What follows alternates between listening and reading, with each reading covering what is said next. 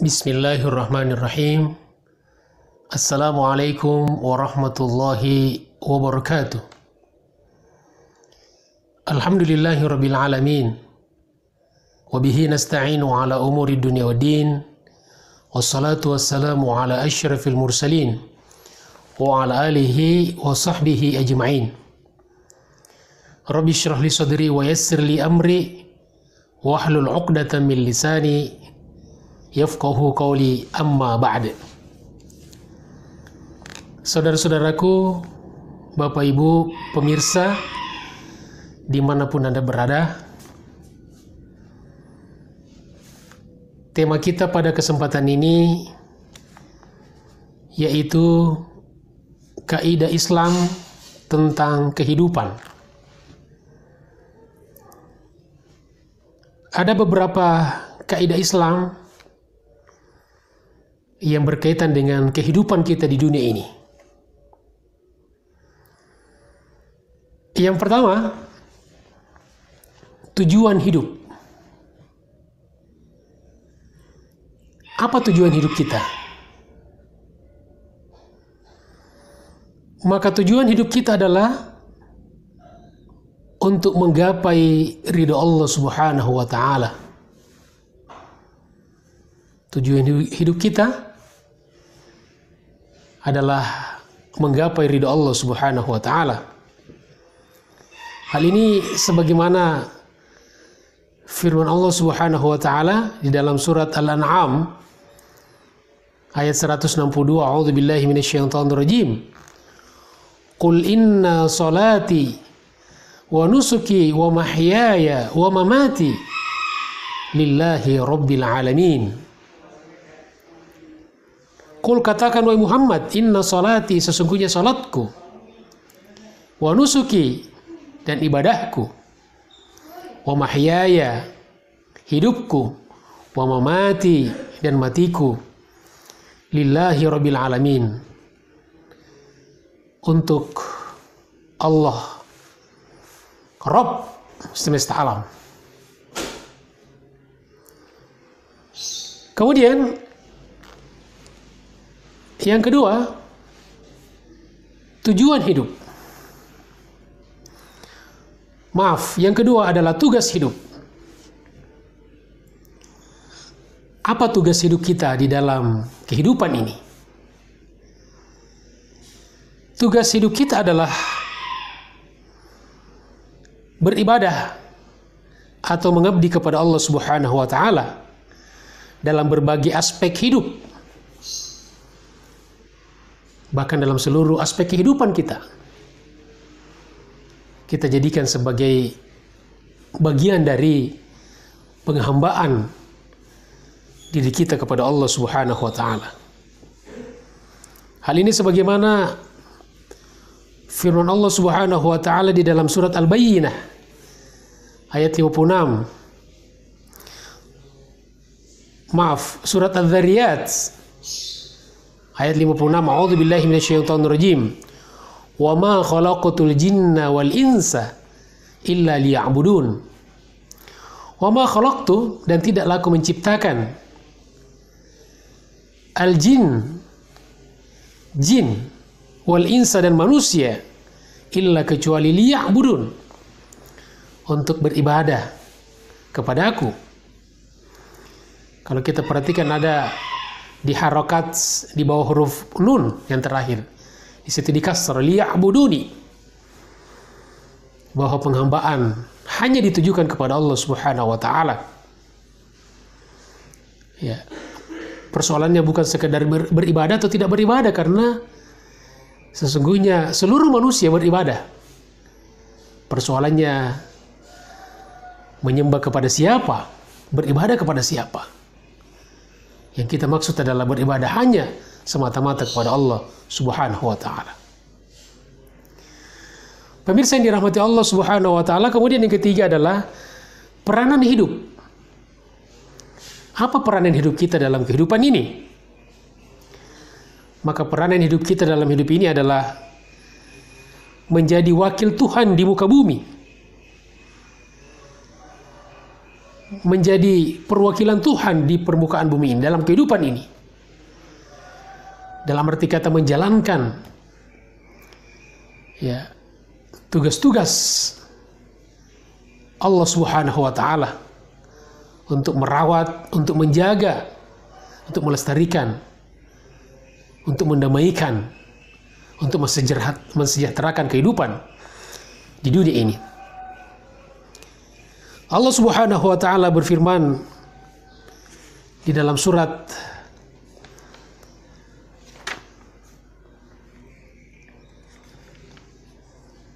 Al-An'am ayat 165, A'udzu billahi minasyaitonir rajim. Wa huwal ladzi ja'alakum khala'ifal ard. Dan dialah,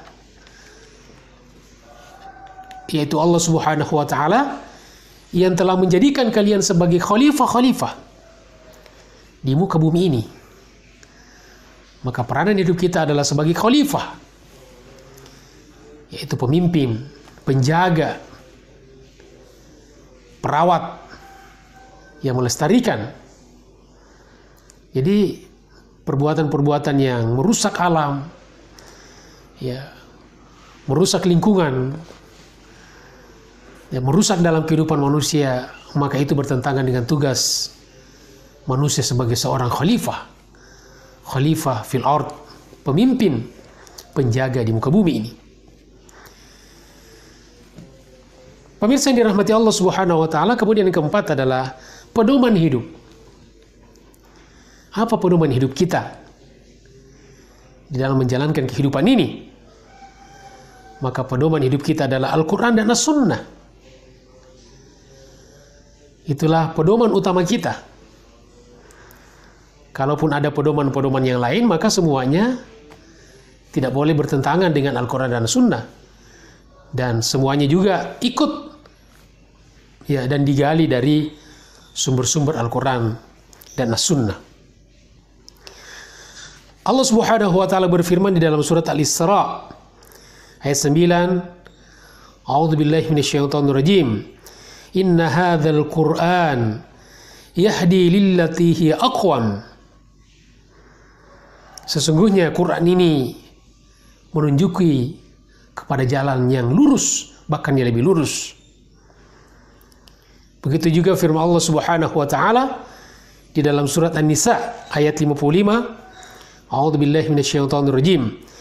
Ya ayyuhalladzina amanu athi'ullaha wa athi'ur rasul. Wahai orang-orang beriman, taatlah kepada Allah dan taatlah kepada Rasulullah. Taat kepada Allah adalah Al-Quran, taat kepada Rasulullah SAW adalah hadis atau sunnah. Selanjutnya, pemirsa yang dirahmati Allah Subhanahu wa taala, yang kelima adalah teladan hidup. Siapa teladan hidup kita dalam kehidupan ini? Yaitu baginda Rasulullah Shallallahu Alaihi Wasallam. Itulah teladan hidup kita. Kalaupun ada teladan-teladan yang lain, maka mereka pun tentu ikut kepada keteladanan Rasulullah Shallallahu Alaihi Wasallam.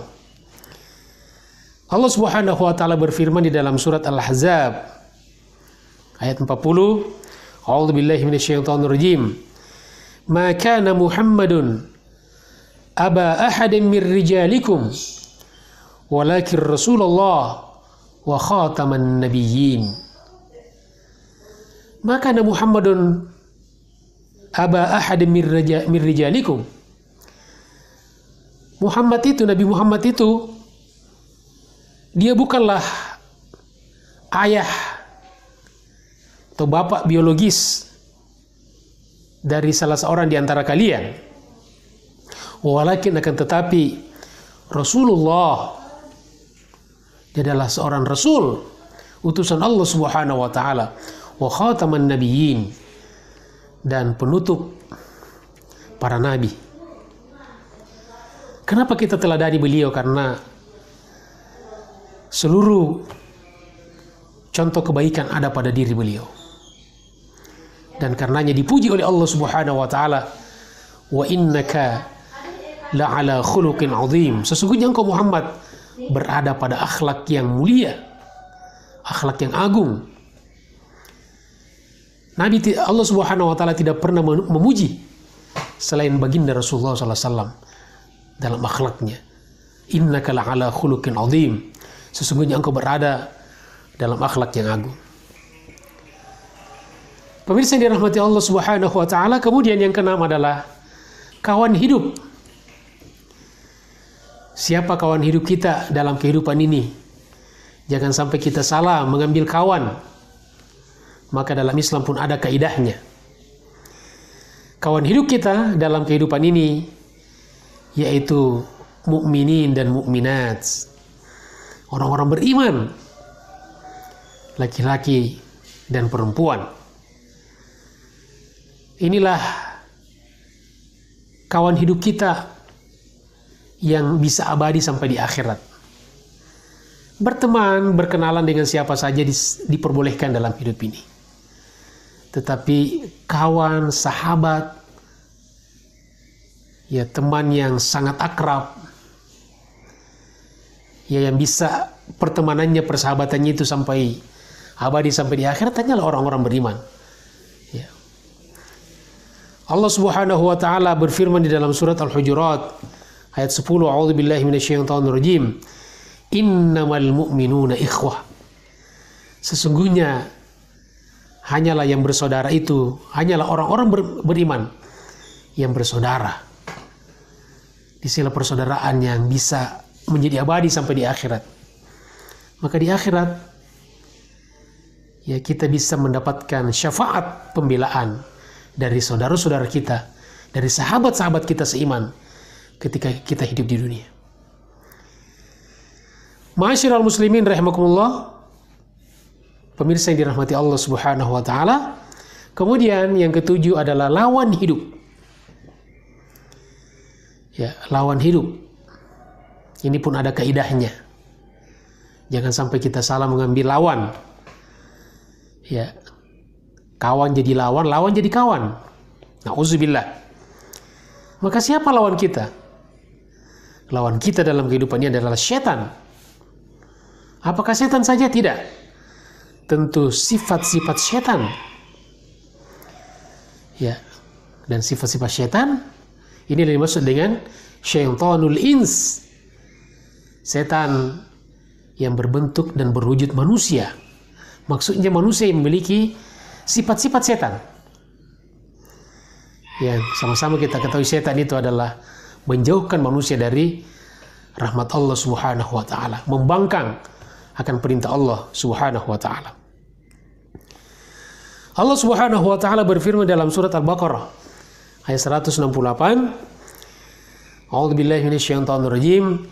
Ya ayyuhan nas, wahai sekalian manusia, kulu mimma fil ard, makanlah apa-apa yang ada di bumi, halalan thayyiban, yaitu yang halal dan yang baik.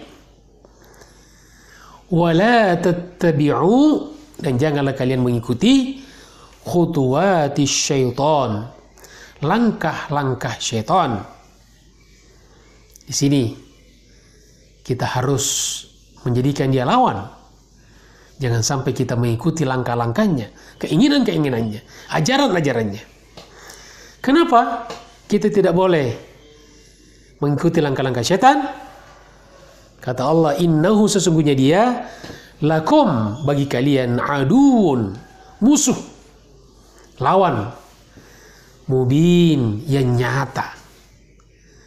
Jadi dalam hidup ini kita memang harus ada, senantiasa merasa ada permusuhan dengan setan dan seluruh sifat-sifat yang dikatakan dengan sifat syaitaniyah. Pemirsa yang dirahmati Allah Subhanahu wa taala, kemudian yang kedelapan, yang terakhir adalah bekal hidup. Apa bekal hidup kita dalam kehidupan ini? Maka bekal hidup kita yaitu seluruh alam raya ini dan segala isinya, Allah Subhanahu wa Ta'ala menyiapkan bagi kita untuk kita bisa jadikan sebagai sarana untuk memperbanyak bekal, mengambil bekal sebanyak-banyaknya dan sebaik-baiknya untuk kehidupan kita di akhirat. Allah Subhanahu wa Ta'ala berfirman di dalam surat Al-Jathiyah ayat 13, A'udzubillahi minasyaitonirrajim. Wa sakhkhara lakum ma fil ardi jami'a. Dan Allah Subhanahu wa Ta'ala telah menundukkan untuk kalian apa-apa yang ada di bumi seluruhnya. Seluruh yang ada di muka bumi ini Allah Subhanahu wa Ta'ala sudah tundukkan untuk kita umat manusia, khususnya untuk umat Islam. Inna fi dzalika laayatin liqaumin yatafakkarun. Sesungguhnya di dalam pada yang demikian itu terdapat tanda-tanda kebesaran Allah Subhanahu wa Ta'ala liqaumin yatafakkarun, bagi kaum, bagi orang-orang yang berfikir, yang menggunakan akal sehatnya untuk menganalisa, untuk memperhatikan, untuk berfikir. Kemudian ada juga hadis Nabi SAW yang berbunyi, dunia mazra'atul akhirah. Dunia adalah tempat bercocok tanam untuk akhirat. Maka apapun yang bisa kita tanam di muka bumi ini, ya maka kita tanamlah. Dan insya Allah buahnya, hasilnya akan kita petik di akhirat kelak. Dan itulah yang merupakan bekal kita yang kita perbanyak dalam kehidupan ini. Mudah-mudahan di akhirat kelak kita memetik buah dari apa yang kita tanam dalam kehidupan kita di dunia ini, insya Allah. Demikianlah pemirsa sekalian bahasan kita pada pagi hari ini atau pada kesempatan ini, yaitu tentang 8 kaidah Islam untuk kehidupan. Mudah-mudahan bermanfaat. Terima kasih atas segala perhatiannya. Mohon maaf atas segala kekurangannya. Walafu minkum. Wassalamualaikum warahmatullahi wabarakatuh.